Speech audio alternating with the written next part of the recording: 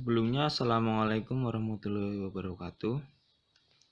Di sini saya akan menjelaskan tentang sistem otot. Pengertian dari sistem otot. Otot merupakan jaringan konektif yang memiliki tugas berkontraksi, yaitu menggerakkan bagian tubuh, baik yang disadari maupun yang tidak disadari.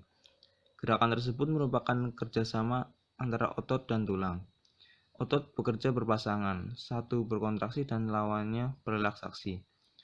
Gerakan pada otot diatur oleh susunan syaraf pusat melalui serabut-serabut syaraf motorik.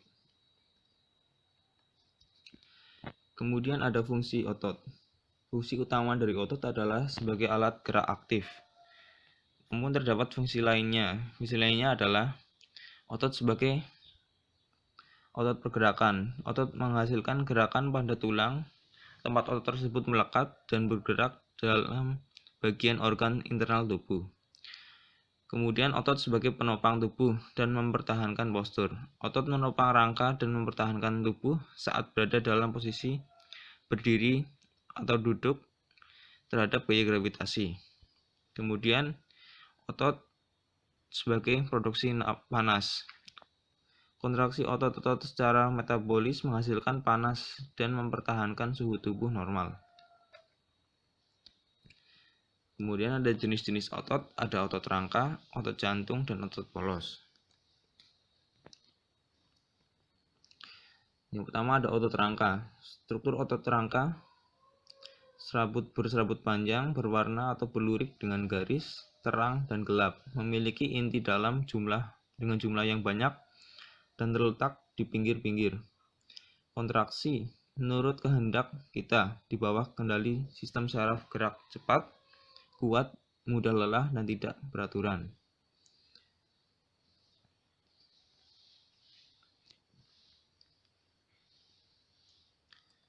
Kemudian ada struktur mikroskopis otot rangka atau lurik.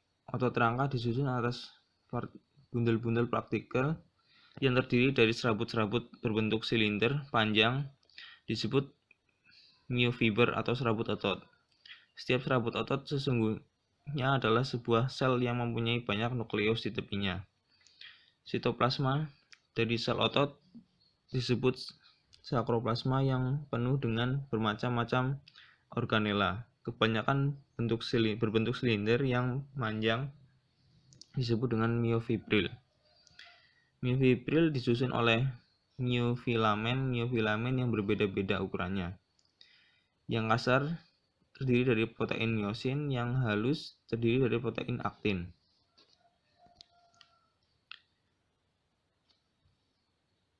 Kemudian ada struktur dari otot lurik.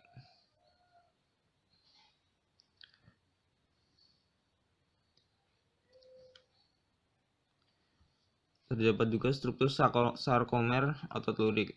Adalah suatu unit fungsional, yaitu sebuah unit dasar yang membentuk otot rangka manusia.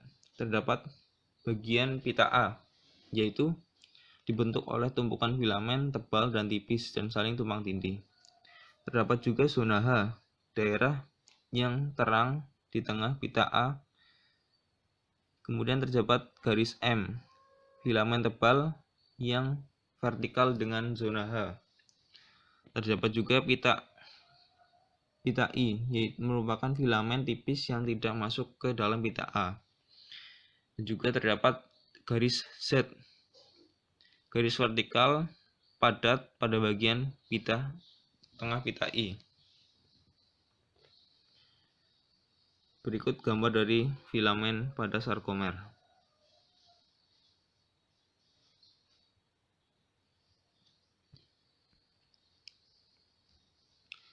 Kemudian ada filamen tebal. Setiap filamen tebal memiliki beberapa ratus molekul myosin yang dikemas dalam susunan spesifik. Molekul myosin adalah suatu protein yang terdiri dari dua subunit identik yang masing-masing berbentuk seperti stick golf. Bagian ekor protein saling menjalin dengan kepala globular yang menonjol di satu ujung. Bisa dilihat pada gambar B.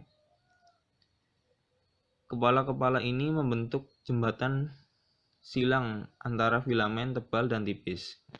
Setiap jembatan memiliki dua tempat penting, yaitu tempat mengikat aktin dan tempat miosin atbase. Kemudian ada filamen tipis, ada aktin, ada tropomisin dan troponin. Filamen tipis terdiri dari protein aktin, tropomiosin, dan troponin. Komponen struktural utama filamen tipis adalah dua rantai molekul aktin bulat yang saling berpilin. Molekul troponin adalah 3 subunit bulat kecil, dan molekul tropomiosin yang berbentuk benang tersusun membentuk suatu pita yang terletak di sepanjang heliks aktin.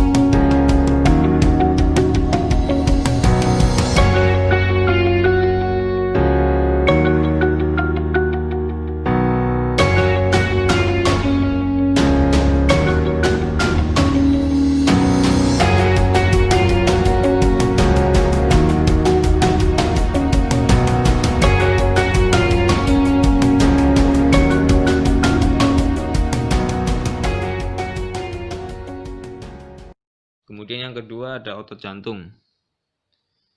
Otot jantung mempunyai sifat antara otot rangka dan otot polos. Struktur otot jantung berbentuk serabut memanjang, silindris, bercabang, tampak adanya garis gelap terang, memiliki satu inti yang berada di tengah. Kontraksi dari otot jantung tidak menurut kehendak, gerakan lambat, ritmis, dan tidak mudah lelah, dan bekerja secara tidak sadar. Kemudian yang ketiga ada otot polos. Otot polos terdapat pada bagian dinding pembuluh darah, dinding saluran pencernaan, ovarium, dan paru-paru. Struktur otot polos berbentuk serabut memanjang seperti kumparan dengan ujung runcing dengan inti berjumlah 1 terletak di bagian tengah. Kontraksi tidak menurut kehendak atau di luar kendali sistem saraf pusat. Gerakan lambat, ritmis, dan tidak mudah lelah. Berikut perbedaan dari jenis otot. Jadi tempatnya, otot rangka terletak melekat pada rangka. Otot jantung berada di dinding jantung. Otot polos berada di dinding organ dalam, kandung kemih, dan pembuluh darah. Menurut bentuk serabut sel, otot rangka berbentuk memanjang, silindris, dan memiliki ujung tumpul. Otot jantung memiliki bentuk serabut memanjang, silindris, bercabang, dan menyatu. Untuk otot polos memiliki bentuk serabut memanjang, berbentuk gelondong, dan memiliki ujung lancip. Kemudian untuk jumlah nukleus tiap serabut sel, otot rangka memiliki jumlah nukleus cukup banyak. Kemudian otot jantung hanya memiliki satu jumlah nukleus tiap serabut. Kemudian otot polos juga hanya memiliki satu nukleus tiap serabut. Kemudian letak nukleus. Otot rangka letak nukleusnya pada tepi. Otot jantung memiliki letak nukleus di tengah. Dan otot polos juga memiliki inti nukleus yang berada di tengah. Kemudian tipe kontrol. Otot rangka dikontrol menurut kemauan sistem saraf. Otot jantung tidak menurut kemauan atau di luar kontrol sistem saraf. Dan otot polos juga di luar kontrol sistem saraf. Kemudian kemampuan tiap kontraksi. Otot rangka hanya memiliki kemampuan kontraksi sebentar. Otot jantung memiliki kontraksi sedang dan otot polos memiliki kemampuan kontraksi lama. Kemudian ada proses kerja otot.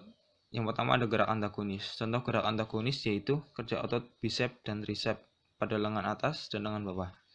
Otot bisep adalah otot yang mempunyai dua tendon atau dua ujung yang melekat pada tulang dan terletak di lengan atas bagian depan. Kemudian otot tricep adalah otot yang mempunyai tiga tendon, yaitu tiga ujung yang melekat pada tulang yang terletak di lengan atas bagian belakang. Untuk mengangkat lengan bawah, otot bisep berkontraksi dan otot tricep berrelaksasi. Untuk menurunkan lengan bawah, otot tricep berkontraksi dan otot bisep berrelaksasi. Bisa dilihat pada gambar. Kemudian yang kedua ada gerak sinergis. Gerak sinergis terjadi apabila terdapat dua otot yang bergerak dengan arah yang sama. Sebagai contoh, gerakan tangan menengadah dan menelungkup.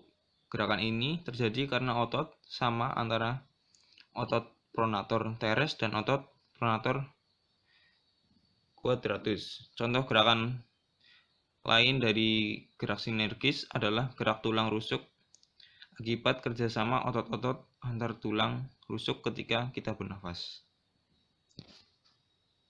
Sekian dan terima kasih.